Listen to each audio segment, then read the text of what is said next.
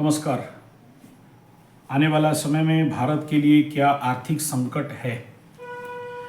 क्या आर्थिक लेवल पे हम लोग डाउनफॉल में जा सकते हैं?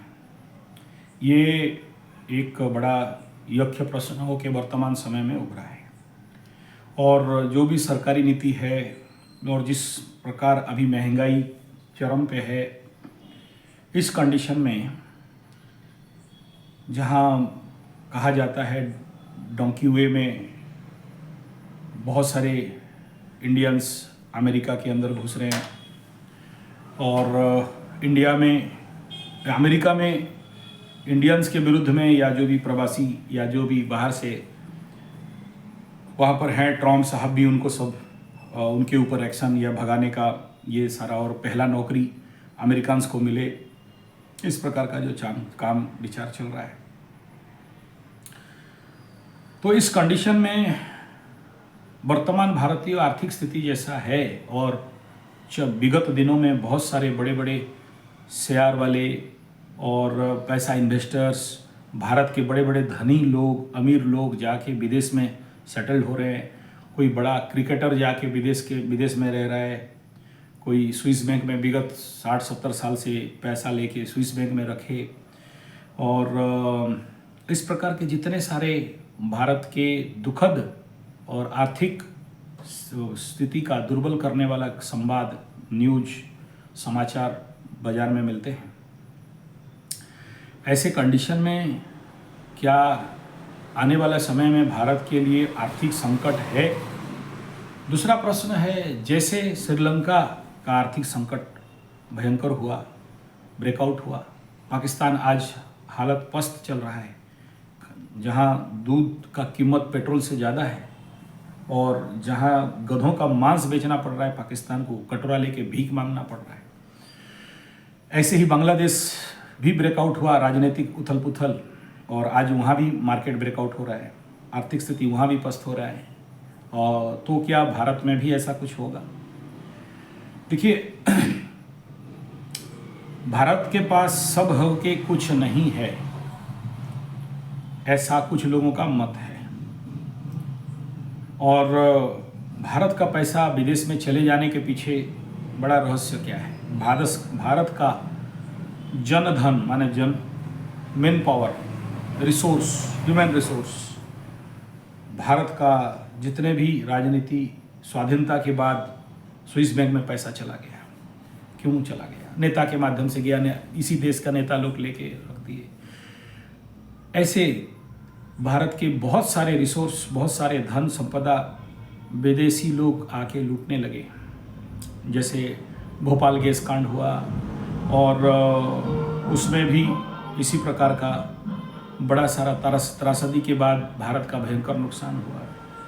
भारत स्वाधीनता के बाद जितने भी विदेशी और भारतीय लोग लूटे और अपने भारत को गरीबी से और गरीबी की ओर ढकेलने लगे, जहां एक समय में 1 रुपया क्विंटल चावल था, आज आके मतलब 5,000 50,000 तक का पहुंच गया है, अलग अलग क्वालिटी लेके। भारत को कृषि प्रधान राष्ट्र कहा गया है, और यहाँ 200 रुपया तेल, 50-100 रुपया चावल, या हर चीज़ का महंगाई इतना कि क्या बताएं। और धीरे धीरे भारतीय लोग का नौकरी छूटना, सरकारी नौकरी ख़त्म होना, सबको प्राइवेटाइज कर देना, और जैसे दूरसंचार नौकरी ख़त्म, ऑयल तेल का जितना निगम वगैरह है नौकरी ख़त्म, स्टील प्लांट इत्यादि प्राइवेटाइज में लगे हैं, स्कूल, हर एक जगह में प्राइवेटाइजेशन, और लोग धीरे धीरे आर्थिक मंदी की स्थिति में जा रहे हैं। तो इसमें क्या दृष्टिकोण है, क्या विचार है? क्या सच में आने वाला समय में जैसे लोग अभी धड़ल्ले से 500 करोड़, 50 करोड़, 5,000 करोड़ पैसा अपने अकाउंट से, बैंक से या जो डिपॉजिट से निकाल रहे हैं और अलग अलग सेक्टर में जा रहे हैं? आज एक इंश्योरेंस वाला भी मिला था कि हमारा नौकरी चला जाएगा क्या, लोग इंश्योरेंस नहीं कर रहे हैं और जाके शेयर सट्टा में लगा रहे हैं या बाकी चीज़ कुछ खरीद रहे हैं। तो ऐसा हो सकता है क्या? एस्ट्रोलॉजिकल मत अनुसार और मालिका के मत अनुसार अगर देखते हैं तो ये स्थिति आने वाला समय तो खराब ही कहा जाएगा। पहला हम लोग एस्ट्रोलॉजिकल मत देखते हैं। एस्ट्रोलॉजिकल मतानुसार हमारा भारत का कुंडली स्वाधीनता के बाद वृषभ लग्न पड़ता है, कर्क राशि में चंद्रमा था, चंद्रमा से द्वादश में मंगल, लग्न से द्वितीय में मंगल और धन वाणी परिवार के स्थान में मंगल, जिसके कारण मंगल अगर परिवार भाव में बैठे दो दोष लगता है। एक तो अगर आप देखोगे हमारे खनाबदन के सूत्र में जाओगे तो द्वितीयस्तु मंगल दरिद्र दोष बताया गया, दरिद्रता दे देता है। और यहाँ पर और भयंकर दोष लगता है, मंगल वृषभ लग्न का द्वादशाधिपति बन के 12th लॉर्ड बन के धन स्थान में, यानी नुकसान का मालिक, व्यय का मालिक, खर्चा का मालिक, हॉस्पिटल का मालिक और गुप्त शत्रु का मालिक, जेल का मालिक, विदेश स्थान का मालिक, नुकसान, व्यय, खर्चा, भय, मृत्यु का मालिक, धन, परिवार, वाणी स्थान में बैठा है। तभी देखना भारत में नेता लोग कुछ एक ठो बोल दिया वाणी से और वहाँ बदंगड़ बन जाता है। तो मंगल का महादशा आ रहा है, चंद्रमा से द्वादश, तो मानसिक लेवल पे बिना फालतू का खर्चा, नुकसान, व्यय, मन में चंद्रमा अगर लग्न ये द्वादश में जाए मेंटल टेंशन देता है, भय देता है, क्रोध देता है, घृणा देता है, दंगल करवाता है। और लग्न से द्वितीय में साउथ इंडियन एस्ट्रोलॉजी में इसको भी मंगल दोष कहा जाता है। लेकिन द्वितीय का मंगल स्वाभाविक बात है, यहाँ शत्रुग्रही भी हो रहा है, तो शत्रुग्रही होने से एक दूसरे के साथ झोल झमेला, झंझट, झगड़ा, मार पीट, दंगल और जातियाण, हाण काट, मार काट, ये सब भी चलने लगे, ये दिखाई दे रहा है। और मंगल धन स्थान में बैठे तो उस घर का विनाश कर देता है, द्वादशापति बन के और ज़्यादा कर देता है। तो ये नेचुरली आने वाला तो समय ऐसा कुछ इंगित तो जरूर कर रहा है। ये गया एस्ट्रोलॉजिकल पॉइंट ऑफ व्यू।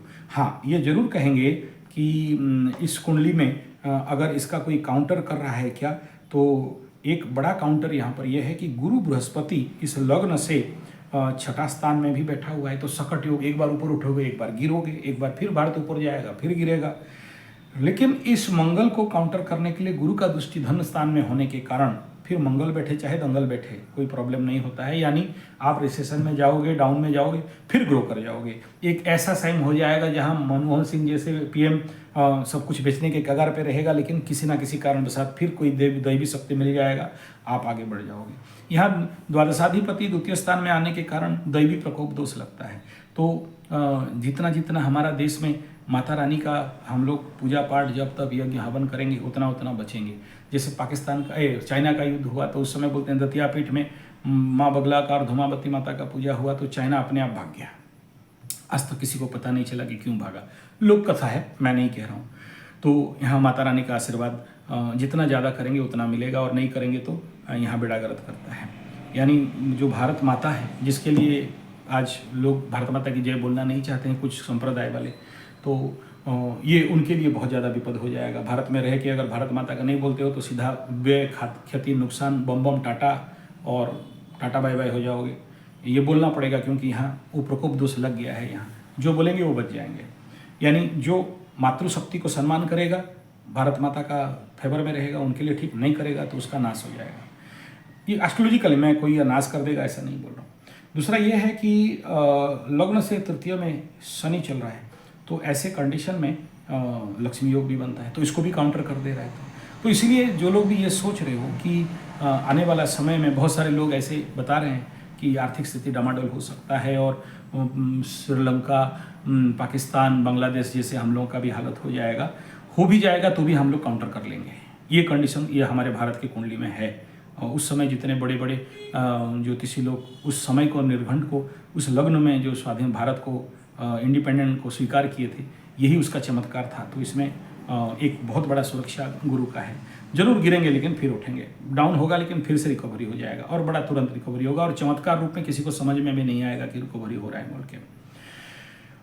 तो इसमें इतना भयभीत होने का विषय नहीं है। नेक्स्ट है कि उच्च का राहु यहाँ कुंडली में बैठा हुआ है, तो ये करता क्या है, भयंकर बढ़ाता है और बहुत चालाक चतुर बना देता है। तो हाँ, लेकिन उसका मंगल के बाद राहु का महादशा आएगा तो हमारा डिप्लोमेटिक एनर्जी और ज़्यादा बढ़ेगा। और यही भी है, ये जो उच्च का राहु है, ये कहीं ना कहीं हमें विश्वगुरु बनाने का भी काम करवाएगा। इसमें राहु को खराब बोल के नहीं कहा जाएगा। और इसका जो अधिपति है इस वृषभ लग्न का, तो शुक्र है। जो शुक्र का कंडीशन को अगर हम लोग देखते हैं यहाँ पर यद्यपि अस्तगत है और पानी में बैठा है और चंद्रमा के साथ बैठा है, तो ये यहाँ पर भी एक पंचग्रहीय भयंकर जो अभी आने वाला आकाश में लगने वाला है पंचग्रहीय कूट, थोड़ा सा ये जरूर मार्च महीना में लगेगा, जिसके लिए विपदपूर्ण रहेगा, ये झटका दे सकता है। सोचिए, स्वाधीनता के बाद हम लोगों का बहुत सारा बेड़ागर्द हुआ था, भयंकर यही पंचग्रहीय कूट था जिसके लिए भारतवर्ष में इतने सारे लोगों मतलब देशांतर हुए, इंडिया पाकिस्तान डिवाइड हुआ, फिर हाण काट मार हुआ।